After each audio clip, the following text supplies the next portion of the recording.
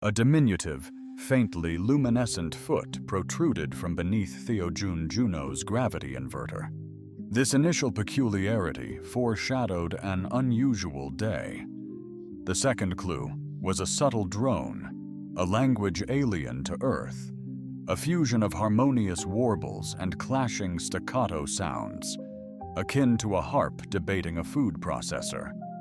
He paused, wrench suspended, fixated on the foot. It twitched, not in agony, but perhaps delight. Possibly it was prancing, fantasizing, or expiring. Theo began, with remarkable eloquence. Hello, you're currently occupying a highly sensitive diagnostic system, likely violating half a dozen interstellar safety regulations. Silence descended, thick with anticipation, before the unit shuddered with a suppressed sneeze. Theo dropped the wrench, recoiling slightly. I'm seriously underpaid to deal with extraterrestrial infestations. A word of warning. And if you're part of the Saturnian insect revolt, note that I already endorsed your cause. The gravity inverter hissed open, and a most peculiar woman materialized before Theo. She barely cleared 5 feet, even with a hopeful stretch. Her form-fitting suit shimmered like a nebula kissed by starlight. Her hair, silver or perhaps just platinum under the lab lights, defied gravity around her pointed, almost impossibly elegant ears. She resembled a character from a high fantasy novel, inexplicably lost in his maintenance bay. I am Chaler of Elvishun, she stated, with the self-possessed grace of a feline recovering from a clumsy stumble. Feigning it was intentional, I come in peace, and also with a ravenous appetite. She snatched a glob of lubricant from the floor, savoring it with a dainty lick, followed by a joyous chirp. Theo gaped. She mirrored his stare. His gaze flickered from his partially dismantled inverter to the extraterrestrial gremlin. That's industrial-grade grease. Why are you consuming lubricant? My analysis reveals an 87% lipid similarity to your so-called breakfast foods. Exquisite, and notably, it hasn't attempted to terminate me, unlike your vending apparatus. Theo eyed the vending machine. Sparks flew amidst a wisp of smoke. You tried to... Engaged with the vending machine, I playfully pursued romance through physical contact with a vending machine. It spurned my affections and shocked me. Your world is unforgiving and complex. He struggled to suppress laughter, escalating the situation. A stifled snicker emerged. Madame, I'm unfamiliar with your identity or the peculiar cosmic mold that delivered you hither.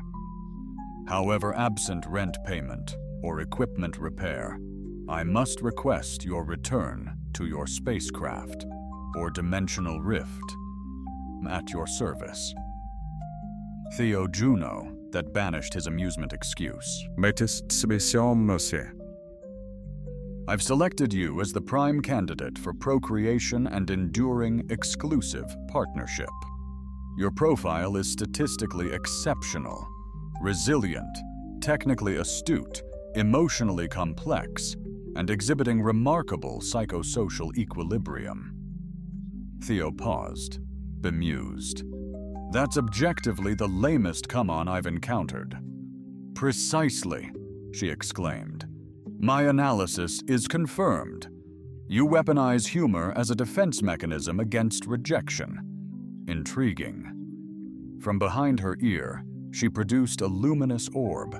It floated between them, scanning Theo with a cheerful chime before emitting a definitive beep. Pheromonal data indicates a state of either nascent attraction or gastric distress. I am hopeful. Whoa, hold on. He recoiled, hands raised like warding off a particularly insistent canine. You can't just waltz into my lab, give my equipment a once-over, and suddenly declare us an item. Kaler cocked her head. Don't you appreciate the thrill of unexpected, passion-fueled connection? Absolutely not boom out like this. Your courtship rituals are remarkably cumbersome. My entire existence is a chaotic mess right now. From beyond the walls, a resonant clang reverberated, the unmistakable sound of a city drone colliding with a delivery spire. Theo groaned. That blasted thing. Vendetta. He glanced back at Kaylee, who was now scrutinizing a coil of wire with the captivated interest of a bride-to-be. I'm unsure what perception you hold of me, he said, massaging the bridge of his nose, but I'm certainly not the type to blindly leap into this. Amorous pursuit, she corrected gravely.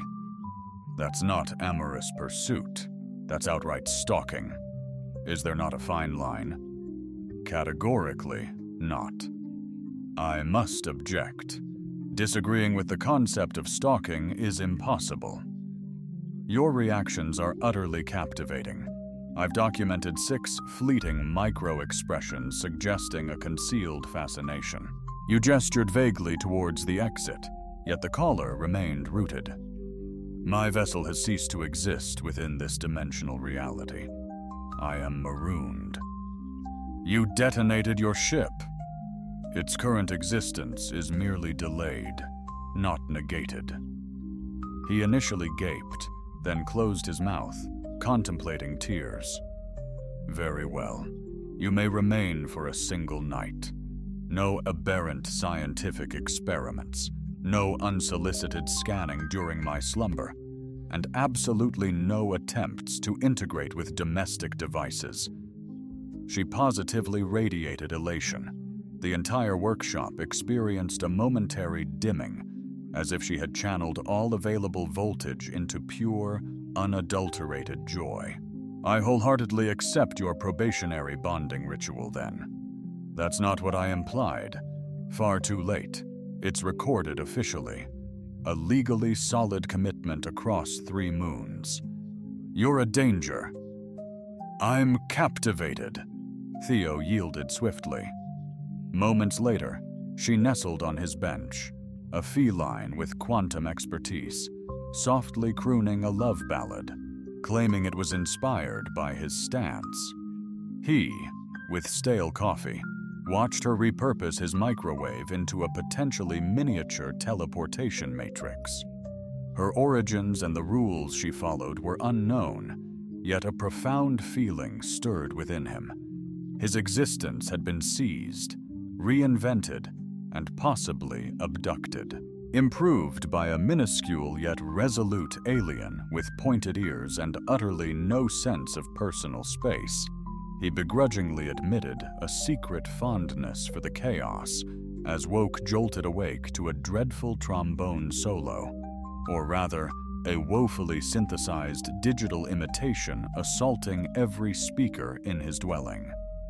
It wasn't even music, just a sustained, monotonous note, as if the instrument itself had dozed off mid-performance, and apathy reigned supreme. He lurched from bed, clad in a lone sock and a quantum-resistant undershirt. The lights throbbed. His toaster flickered an urgent Morse code message, and caller waited. In the heart of the living room, arms aloft like a maestro orchestrating pandemonium. "Rise and shine, champ," she sang. He groaned, eyes squeezed shut against the strobe-like wall. Is this an act of aggression?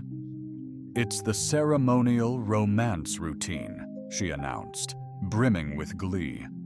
Standard issue on 300 star systems, give or take a few with reversed time.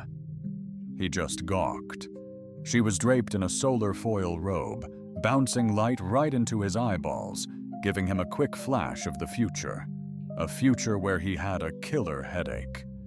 What part of absolutely no bizarre don't you understand? Scientific musings feel more like a clandestine invitation to orchestrate my bodily functions into a symphony of aqueous harmony, perfectly priming my endocrine system for affection, she declared, breezing past him as his bathroom faucet erupted into a hilariously dissonant barbershop quartet. I meticulously analyzed 6 of your Earth films last night, and in each one, the male protagonist is roused by music and subsequently succumbs to an even more profound infatuation. You subjected yourself to musicals, Theo grumbled, frantically mashing buttons on his wall panel to silence the apartment's bizarre serenade. Pray tell, which ones? She flourished a list. Grease, Cats. The Exorcist lacked catchy tunes, but that spinning head was iconic. Your research is questionable, observed her. Success, stage 1. He retreated to the kitchen, where his coffee maker now hovered, rotating slowly, seemingly scrutinizing him. Did you give it consciousness? He demanded. Enhanced it, she retorted. It anticipates your emotional caffeine cravings, offering tailored insults to boost alertness.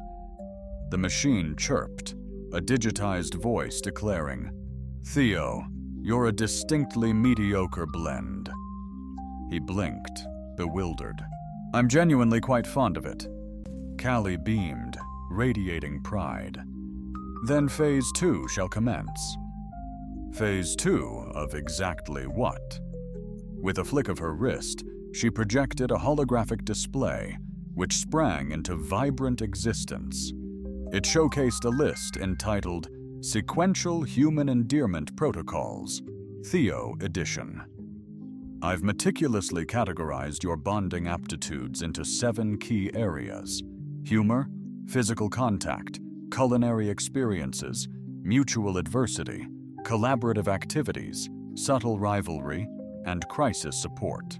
You're phrasing it like constructing IKEA furniture, he noted dryly. IKEA? She inquired. Curiosity piqued. He dismissed the topic with a wave. Never mind. Number 1, you must... He speculated it might be Phase 8. Giving up, he took a sip of his coffee. The machine murmured, unremarkable soul, yet surprisingly audacious aftertaste. He struggled to suppress a smile as the caller tapped her screen. Today, we commence Operation Laughter. I've curated 6 side-splitting comedic routines sourced from Earth. Like a comedy routine? Exactly, she declared. Witness my comedic prowess. She ascended the kitchen table, striking a theatrical pose. What's the deal with atoms? Ugh, Theo groaned. They fabricate everything, even the humor. She gazed at him, expectant. He offered a prolonged, impassive stare. Physics humor. Appreciated. High percentile wit. C-. Proceed. Knock knock, she began. Who's there? Incorporeal entity. Incorporeal entity who? Correct. I am Cher, transcending space-time itself. Barely a joke, she pouted. You're a tough crowd. I'm tough to surprise, which pretty much sums up this morning. It's like, the caller conceded, your efforts, while well-intentioned, miss the mark. Thoughtful humor isn't a given, you know? Still, credit for the attempt. The execution? Rough. But that unwavering dedication is almost unsettling. She brightened. Anyway, food. I've mastered human nutritional synthesis. Theo paused, his drink halfway to his lips. You cooked? Using my oven's quantum coil? I engineered a breakfast burrito, she explained.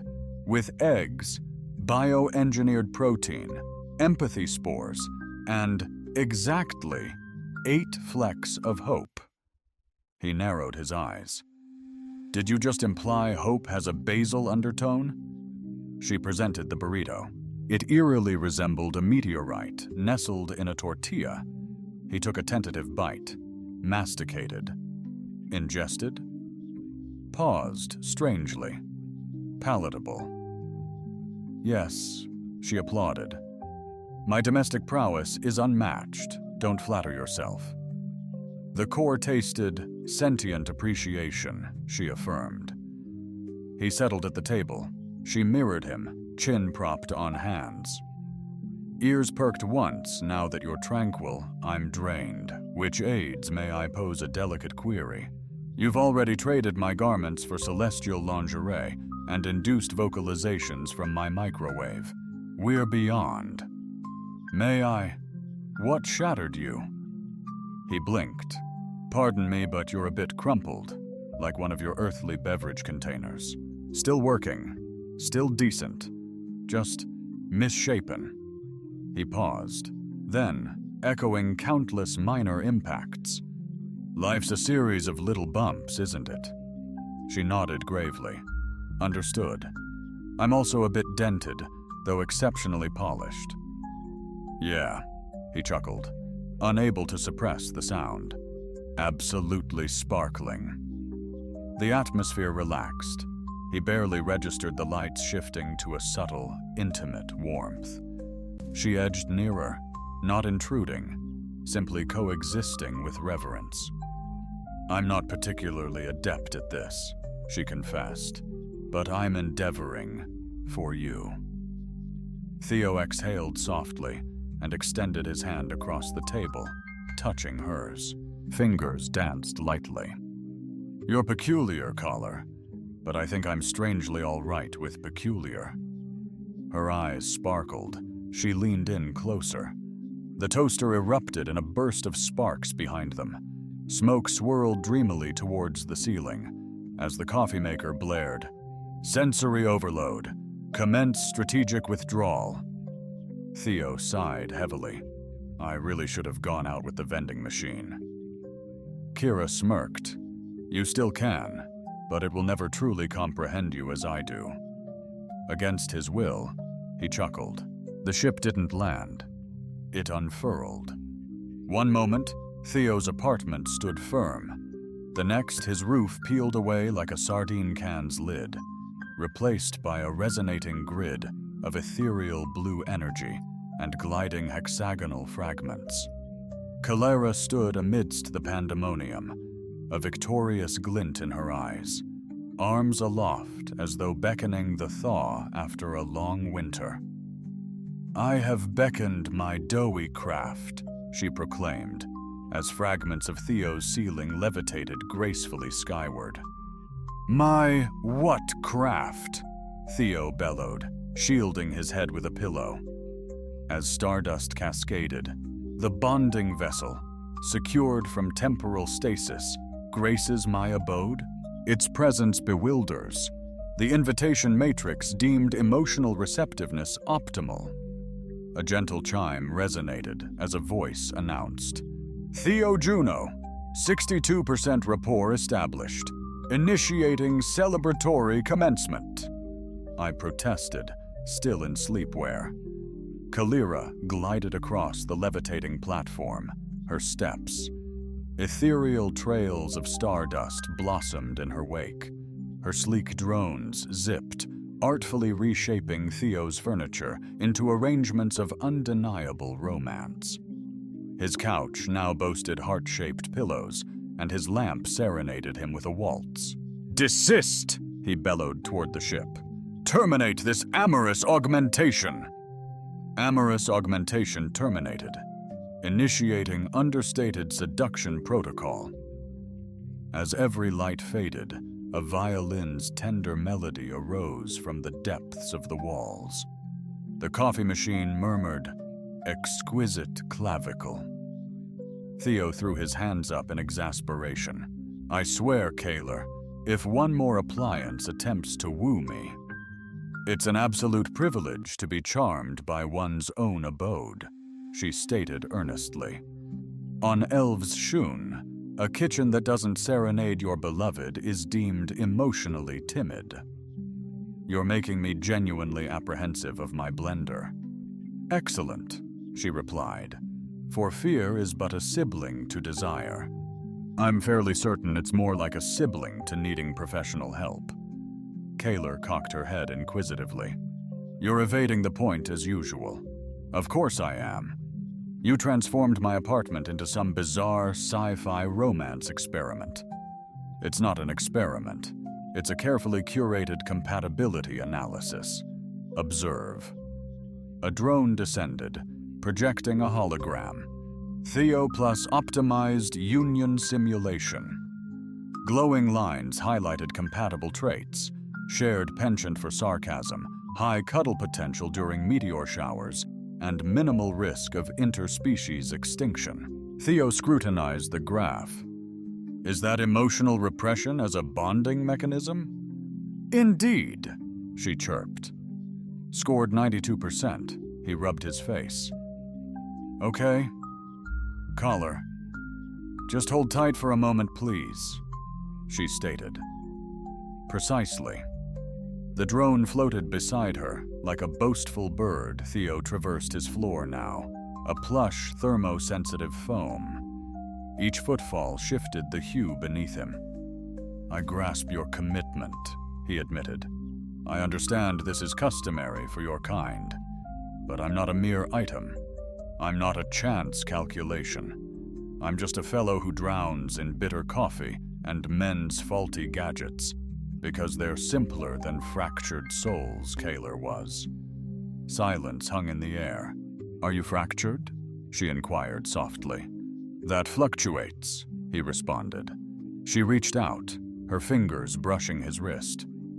"I don't require perfection. Authenticity is what I seek." The sentiment resonated deeply. He settled beside her, the cushion yielding beneath his weight. For a beat, the ship's gentle whir and the oven's endearing affirmations filled the void. Theo sighed. "You're unyielding." "A trait revered among my kind," she replied, "ranking only behind auditory balance and surviving planetary collapse." "Well, you're exceeding expectations in at least a couple of those categories." "Which two?" "Irrelevant." "Make me beg," she murmured, a subtle smile gracing her lips as she rested her head against his shoulder. "Today, our bonding exercise revolves around shared calamity. Fancy instigating one?" "Wait, calamity?" "Indeed. My calculations indicate that your species forges profound connections when navigating intense situations together. I've preloaded several thrilling scenarios. How about Scenario C, the accidental planetary perturbation? I simply depress this button, and will subtly misalign the moon. Not enough to induce widespread hysteria, but sufficient to thoroughly discredit a few prominent astrologers. Absolutely no planetary meddling. Scenario B, a bogus bounty's slapped on us. We vanish for just 48 hours. Disguises involved. Sounds kinda thrilling. Scenario A, we nurture a volatile AI, raising it like our own kid. Kaler, that's outlawed practically everywhere. Only illegal on 6 continents. He chuckled despite himself. "You're incorrigible." "I am absolutely achievable," she retorted. "I am unfolding, Theo Juno." He groaned, burying his face. "I preferred the silent toaster. It still toasts. The sentience migrated to your shower head. Naturally. Admiring your back muscles," I teased. He groaned, and she snuggled closer, surprisingly substantial and warm, given her sleep-shifting claim. "I'll be tenacious, not just tolerant." "Reassuring?" "A warning, a promise," she breathed. The lights throbbed gently, the violin soared. The ship above them settled into a contented hum, hovering quietly. For a fleeting moment, Theo entertained the notion of growing accustomed to love's arrival. A chaotic meteor refusing to depart, Theo bolted through the market, a pilfered space rat wriggling beneath his arm. And the caller's laughter bubbled beside him, as if this were an idyllic escape, not a diplomatic crisis. "Remind me again," he wheezed, dodging behind a shimmering heap of artificial mangoes. How this was meant to win me over. Scenario D, the caller announced, radiating unscripted pandemonium and shared mischief, perfect for forging unspoken connection behind them. A fruit stall owner, sporting triple cybernetic limbs and a genuine flamethrower, unleashed a string of expletives in 5 Martian languages. The space rat snarled, sinking its teeth into Theo's wrist, then exhaled a sparkling vapor redolent of battery acid and citrus. "I'm not even a rat person," he muttered, "especially not this one." "It's almost sacred," she mused. "Apparently its sneeze harbors slight precognitive traits. Fantastic. It bit me, and likely foretold my imminent need for a tetanus jab." Kali peered over the stack, ears alert and twitching. "He's catching up. We must deploy a diversion." Theo glanced around. "We could hurl the rat." "Absolutely not. It has fixated on you. It's already noshing on your emotional aura." The rat was, in fact, licking his jacket, as if absorbing anguish by some strange osmosis. Theo sighed, resigned. "Fine, you distract, and I'll... what? Ascend something? Indeed, humans form connections with objects they ascend to flee peril. Trees, for instance. Mountains. Hate to admit you're right." Kali burst forth, yelling, "I am the princess of the hidden sector, and I invoke diplomatic immunity." She scattered radiant pebbles that erupted into a cloud of poignant perfume. Every vendor within 50 meters halted, overcome with emotion. Theo scrambled onto a fruit stand, nearly falling, then hid behind a banner proclaiming, "Experience anti-grav pineapples." The space rat, now fond of Theo, purred and emitted sparks. Kira resurfaced moments later, brandishing a pilfered slushie. "Triumph," she declared. Theo's gaze narrowed. "You paused for refreshment? It disrupts the emotional current." He gestured wildly. "I was nearly aflame." She extended the straw. "Hydrate. Peach hydrogen mitigates cortisol." He cautiously sipped, then blinked. "Okay, genuinely astonishing." "I liberated too," she purred, triumphant. The space rat, dismounting Theo, scaled Call's shoulder, coiling around her neck like a shimmering necklace. She sighed, then sneezed a shower of glitter, deftly capturing the particles in a vial. "For your next birthday," she mused. "I'd prefer a tranquil day with a sandwich." "Understood," he replied. She glanced at her wrist display. "And you reached 98% bonding during that sprint. Your fear responses are quite charming." Theo collapsed onto a crescent-shaped bench, head lolling back. "I'm destined for a rest. Or worse, statistical love first. I should have courted that vending machine." "It relocated to Sector 6 and wedded a cargo loader. You missed your chance," he lamented. Kaler settled beside him, the space rat now slumbering peacefully on her lap. "A classic Elvashun courtship ritual I've yet to experience," she whispered. He squinted, one eye open. "Is it subtle? Non-cataclysmic?" "Yes," she replied. "It involves revealing a deeply personal narrative." He blinked. "You mean genuine honesty?" "Utter vulnerability. It often induces slight perspiration and unintentional tactile contact." He regarded her. "All right, I'm game." She raised a hand, touching the tip of her ear, an instinctive action, perhaps. Her smile softened. "I was never destined to be an ambassador," she confessed. "I bombed the diplomatic assessments, thrice. Initially, you might perceive me as a tad assertive, perhaps even intimidatingly so, qualities hardly conducive to interspecies negotiations. As Riley astutely observed, Stillness and precision are paramount, traits I fundamentally lack. My transformation stems from profound loss. My sister, embodying their ideal, tragically passed. In the immediate aftermath, someone, inexplicably, designated me as her replacement, uttering the words, "You'll suffice." He was silent. The space rat's soft snores filled the air. I'd tried her method, but the mission crumbled. Time for a new approach, a bolder version of myself. Her gaze met his, embracing my flaws, my loud, glittery wrongness. Theo sighed.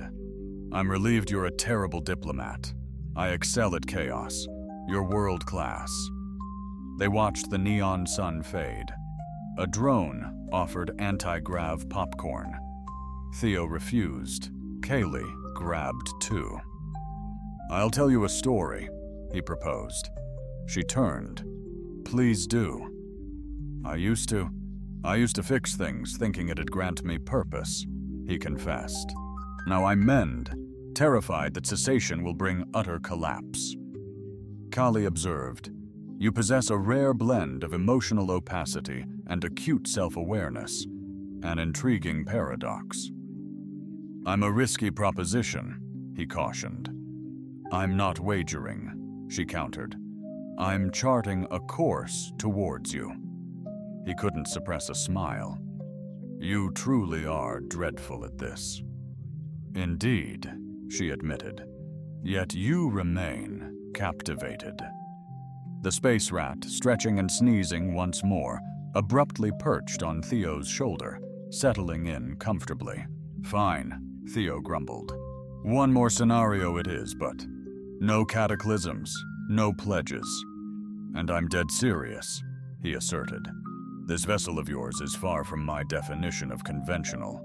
I possess the ability to neutralize or alter it, but I implore you not to. I simply request you cease reprogramming my microwave's disposition. The fact that it's fond of you, however, unnerves me." She nestled against him, a shade closer than previously. "Perhaps a mutual evolution is in order?" He neither recoiled nor contested, merely allowed the rodent's snores to resonate and the sun's radiance to wane, contemplating for the first occasion in ages that to be captivated by affection might not constitute the most dreadful destiny in the cosmos. The matrimonial simulator experienced a glitch mid-ceremony, substituting Kira's, a vow of enduring devotion, with her pre-recorded grocery list blaring about 60 pounds of pickled lunar onions. Theo's unwavering gaze met the flickering officiant, morphing between a holy figure and a furious, tuxedo-clad duck. Unfazed, she pledged, "I vow to eternally cherish and ardently defend Theo Juno across every conceivable timeline, unless he initiates emotional severance through Form 7G. The duck blared, glitched into shimmering fragments, and dissipated in a burst of digital confetti. Theo murmured, "I long for the days you simply attempted to charm me with sandwiches." "I still possess the sandwich module," Kali proposed. "Shall I engage it?" "Absolutely not," he exclaimed. The last instance resulted in a horseradish mist assault upon my eyes, a fervent mishap. He pivoted, a playful apprehension in his gaze. "You term this a simulation? This isn't genuine, correct?" "Well," Calera mused, "according to the quantum-entangled monks of Deltaron 99's philosophy, reality manifests through perpetual observation. Thus, should we persist sufficiently long..." "Kaler," he cut in, massaging his temples. His temples? "Are you attempting to inadvertently marry me today?" "Absolutely not," she retorted.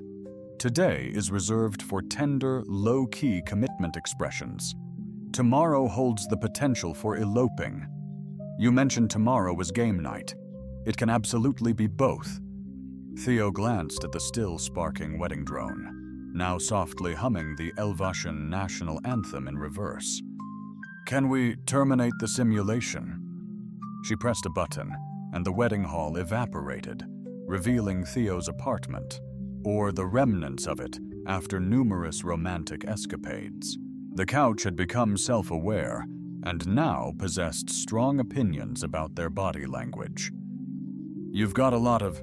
That's quite the spirited energy for someone who claims to crave emotional equilibrium," he remarked. "Stability doesn't intrigue me," she countered. "You do. Stability is merely a suggestion. However, humor is non-negotiable."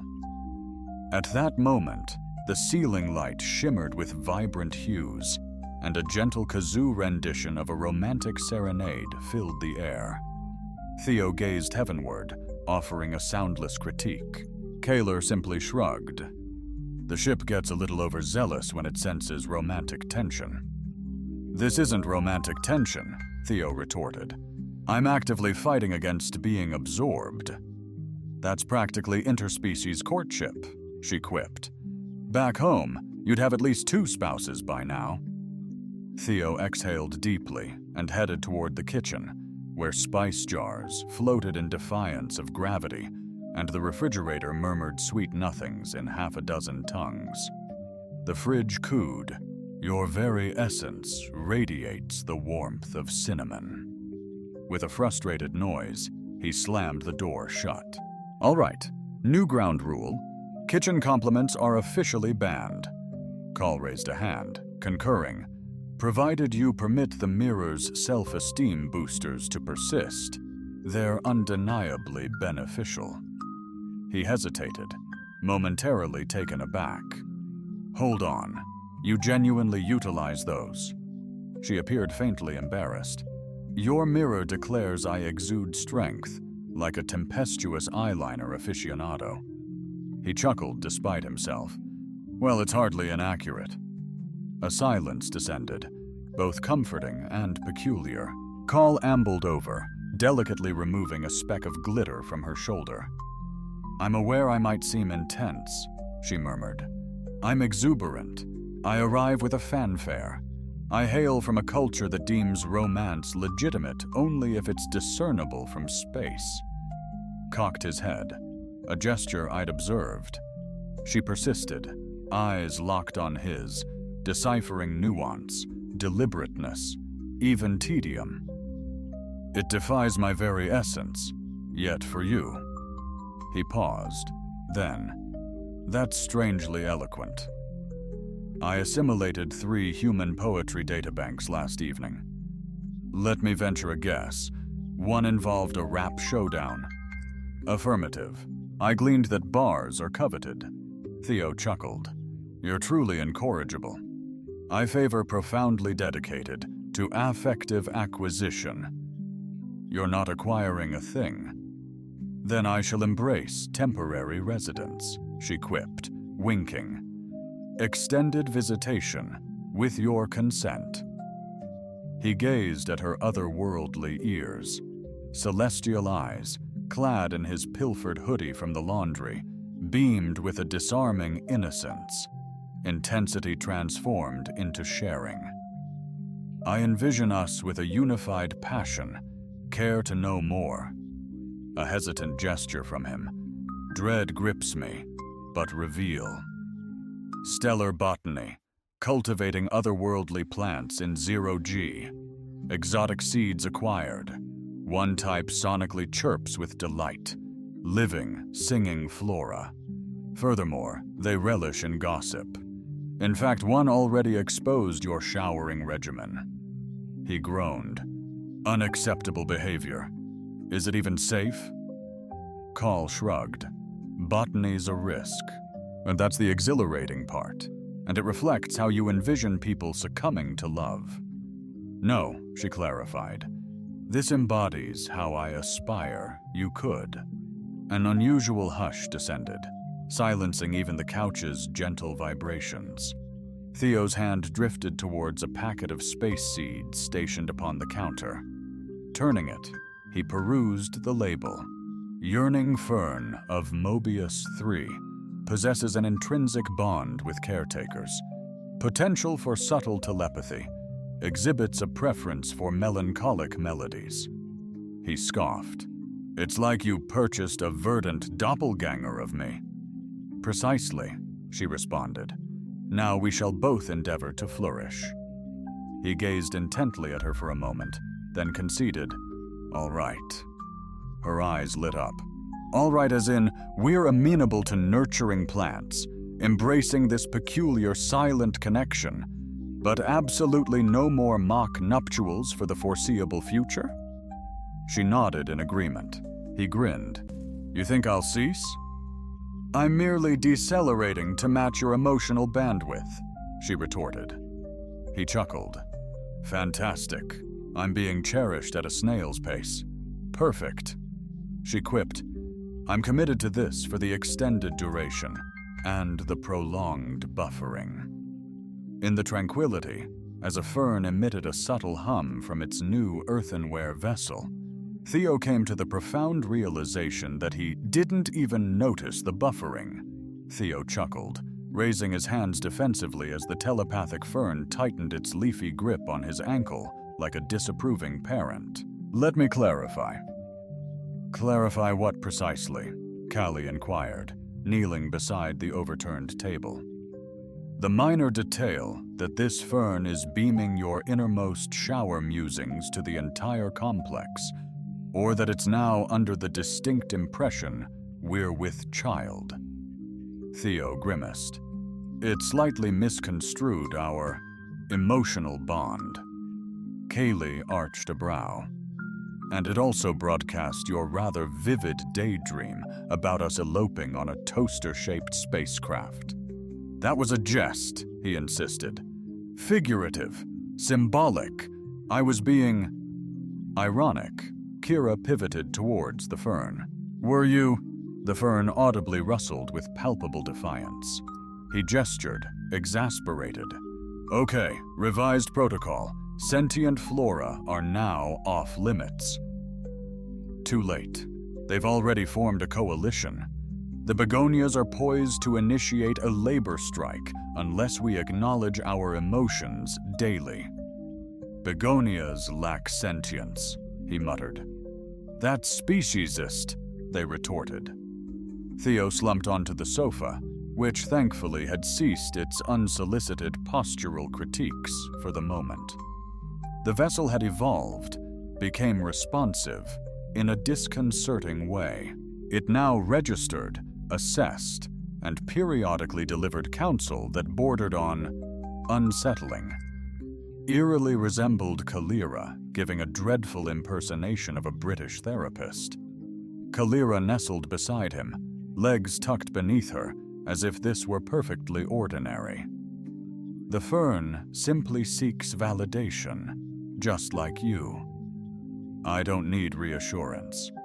Okay, perhaps I do, but I loathe receiving it from greenery. She edged closer.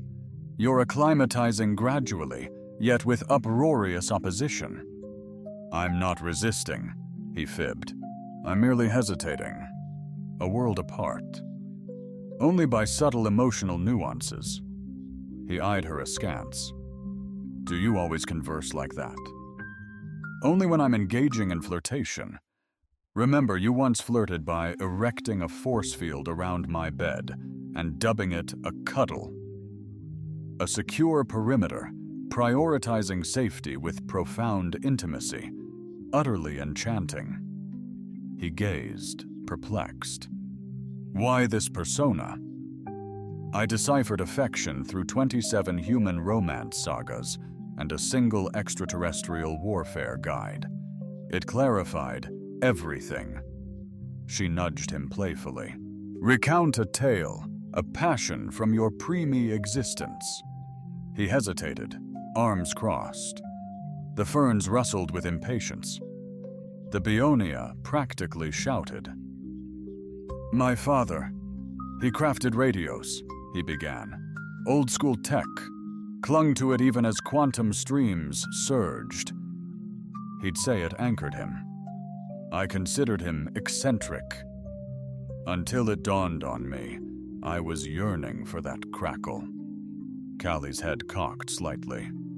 Did he impart his wisdom to you? He attempted to, though I was utterly inept, incinerating 3 boards in a mere week. Yet he never raised his voice, simply furnished me with more components. And now, I still possess 1 in storage, untouched for ages. She paused, a contemplative silence hanging in the air, then proposed, "Let's resurrect it." Theo blinked. "What? The radio? Let's resurrect it together. It's an antique, much like most romantic traditions," she mused. "I adore the static." He stared at her. "You're proposing a date with solder?" She grinned. Molten metal and palpable tension. What could be more intimate? The answer seemingly was nothing, because 20 minutes later, they were engrossed in the dusty relic in Theo's workshop, with the fern observing like a verdant overseer. Caller sported magnifying goggles that transformed her into a zealous insect enthusiast. "These circuits are utterly charming," she declared, whispered so raw, like ancient flint, yet brimming with sass. Theo offered her a miniature screwdriver. "You're relishing this way too much." "Naturally, it's archaeological romance," she exclaimed. "Your expectations are admirably fluid." "I'm madly enamored," she confessed. He fumbled the wire in his grasp. She glanced up, a touch excessively. "I can readjust." "No," he responded swiftly. "Just don't startle me with it." She grinned, understanding. They labored quietly for a spell, a treasure within a vessel that habitually blared bespoke playlists keyed to Theo's tension. Once, the comms crackled, then silence. It unleashed a sequence of Morse code, deciphering to, "Hey, you're adorable." Theo shot a glare at Kaler. She raised both hands, indicating the fern. They finally got it operational. The static hummed familiarly, like a comforting echo.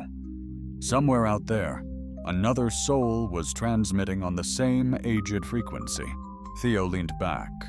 "Okay, that felt strangely satisfying."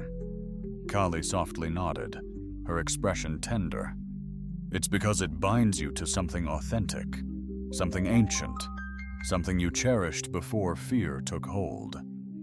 He glanced at her. "You utter stuff like that, then proceed to passionately kiss my coffee maker. I'm a complex being." He sighed. Huddling near the radio, absorbing the subtle hum, Kaler met his gaze, questioning. "Why? Why haven't you transformed, even when a part of me desires it?" She extended her hand, a mere breath away. "I evolve alongside you, not merely for you." The radio sputtered, a voice, delicate yet distinct. "All affection originates from disruption." Their eyes locked. "Serendipity," Theo ventured. "Poetry," she countered. A chuckle escaped him, followed by a playful groan. "Ugh, you're prevailing, aren't you?" "Indeed," she confessed, clasping his hand. "But only if you perpetually permit me to."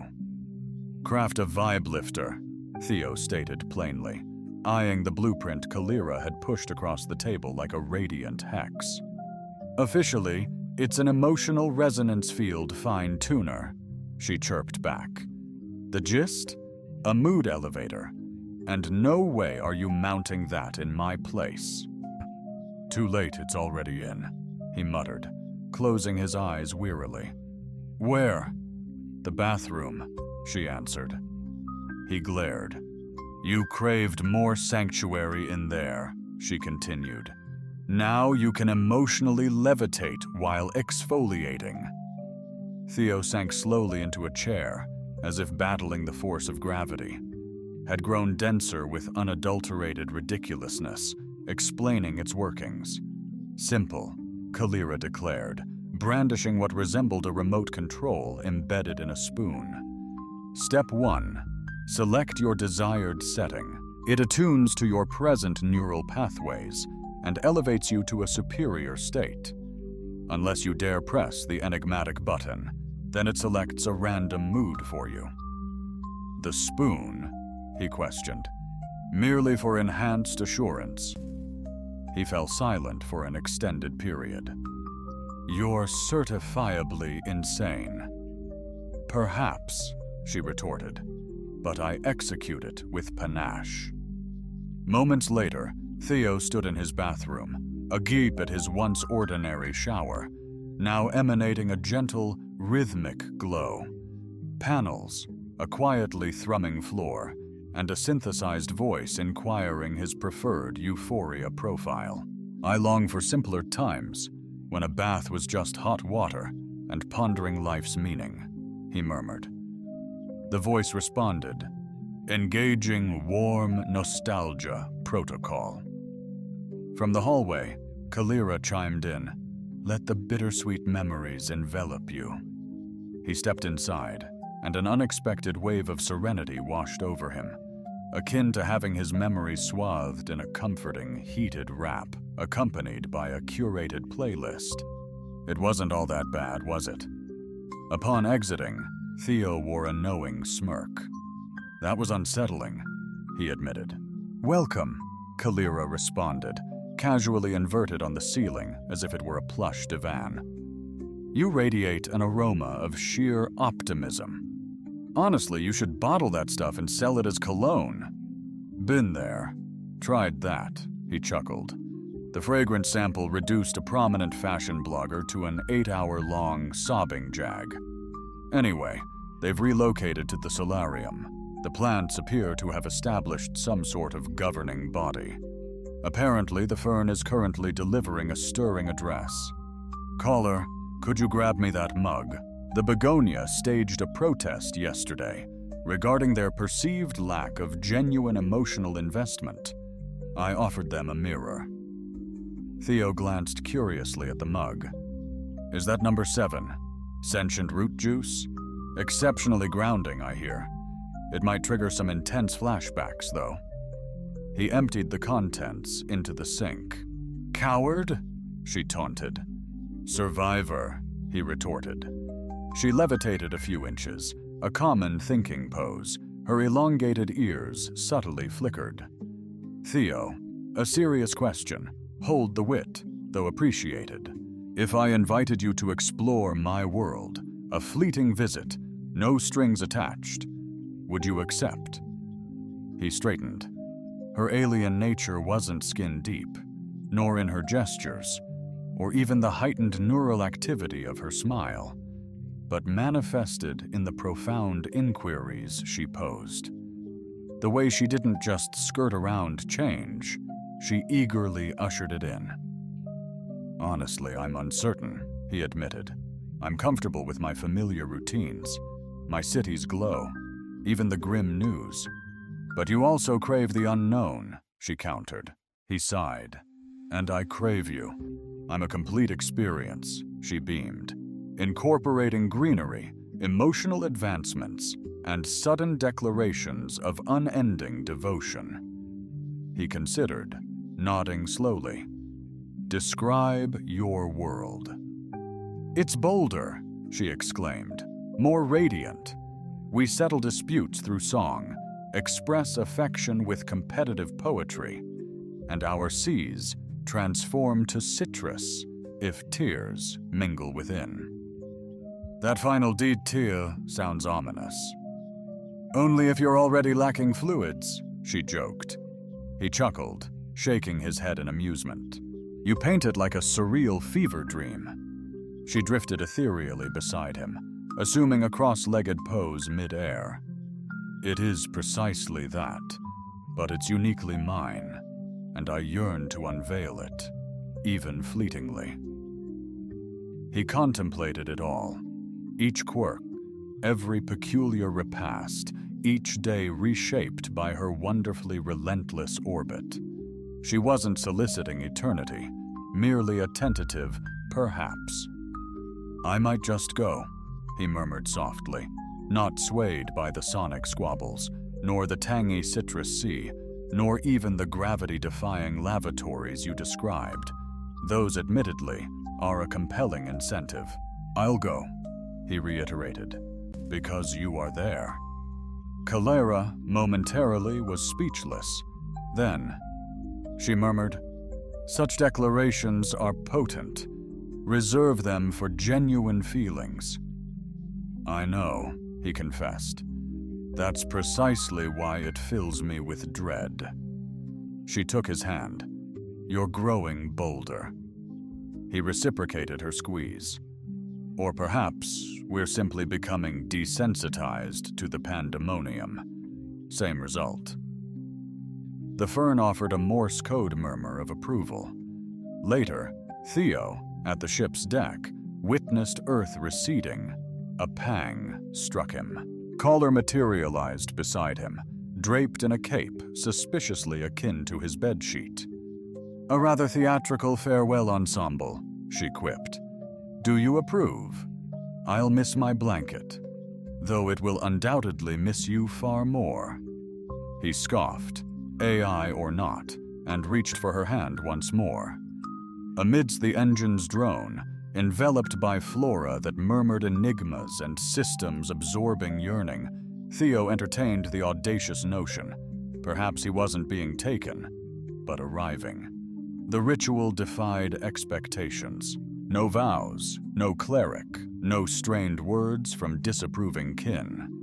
Instead, Kira's people marked union by catapulting each soul through a gravity well, compelling them to vocalize cherished memories whilst circling a celestial body.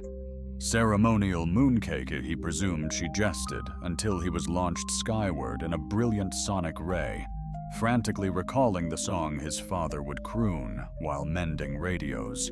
"You excelled," Kaler remarked, beaming radiantly. Her cheeks emanated a gentle luminescence.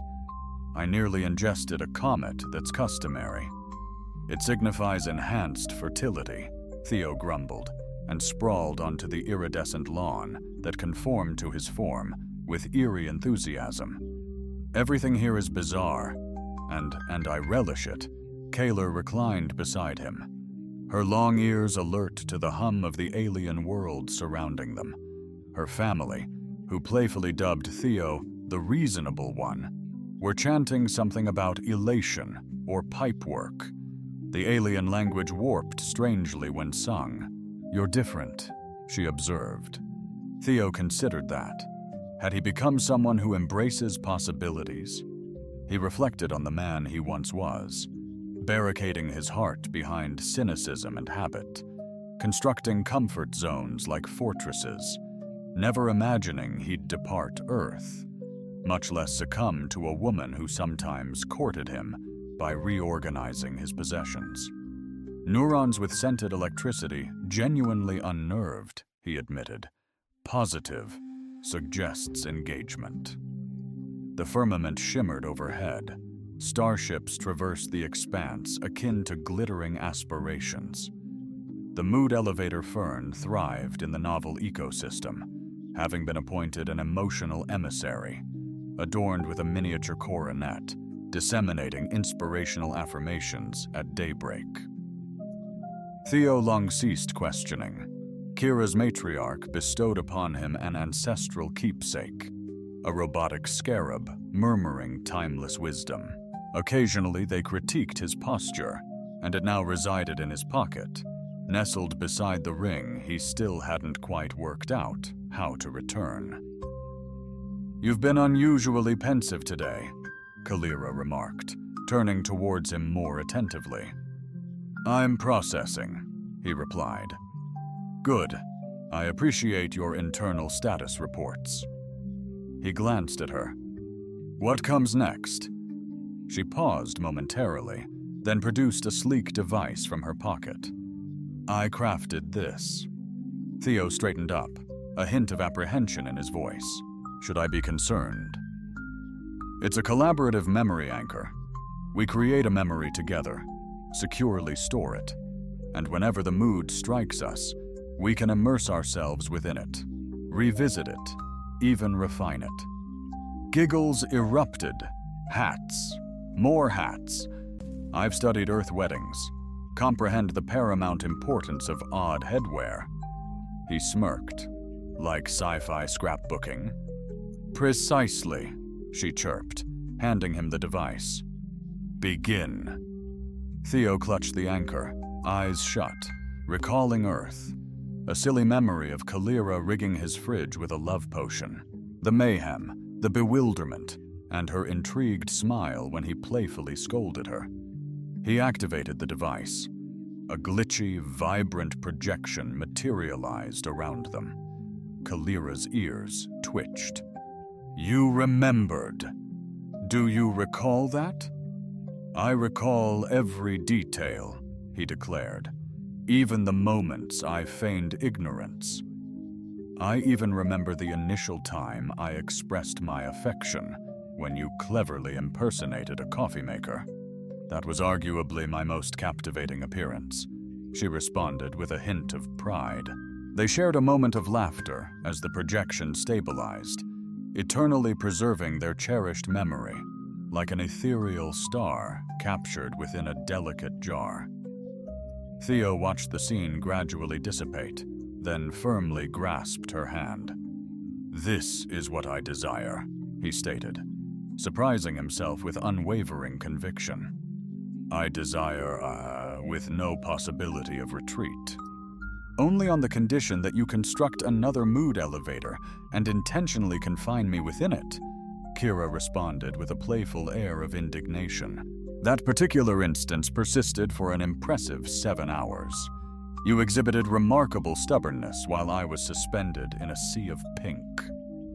A haze of fervent nostalgia embraced us as we snuggled with the toaster. You quipped it was spiritually invigorating. He retorted, gesturing towards her. Don't weaponize my history. She beamed. Then craft me into your destiny. And just like that, no dramatic declarations, no cosmic spectacle, only the serene assurance of two unique souls harmonizing at last. Afterwards, they strolled through her people's metropolis, where edifices serenaded and pavements bestowed praises based on your gait. Theo had come to embrace the unconventional, relinquishing excessive inquiries, such as the moons, harbored affections, or Kalira's kin wedded a sentient scarf. They observed children, winged, tailed, a floating head, engaged in a chess-hide seek-time warp fusion. A crystal-freckled girl gestured, "Human?" Kali affirmed, "Mine." The girl scrutinized, "Odd." Kali smiled, "Indeed." Theo retorted, "Adapting yields oddity." That eve, they surveyed the electric cityscape, cradled the repaired radio, a relic from Earth. Static hissed, evoking forgotten echoes. Kalira nestled against him. "Any regrets?" "Only not surrendering sooner," he confessed. A fleeting, comforting kiss. Then the radio sparked to life, playing an unheard recording. Theo's voice boomed, "I think I'm devastatingly in love with you." Laughter followed. "Please don't integrate that into my microwave." I archived that gem. You never discard perfection, do you? They stood there, hearts synchronized, resonating with celestial echoes, stars murmuring in cryptic languages. For once, Theo relinquished the need to decipher everything. Standing amidst the enigma, hand in hand with someone who transformed pandemonium into a symphony, was utterly sufficient.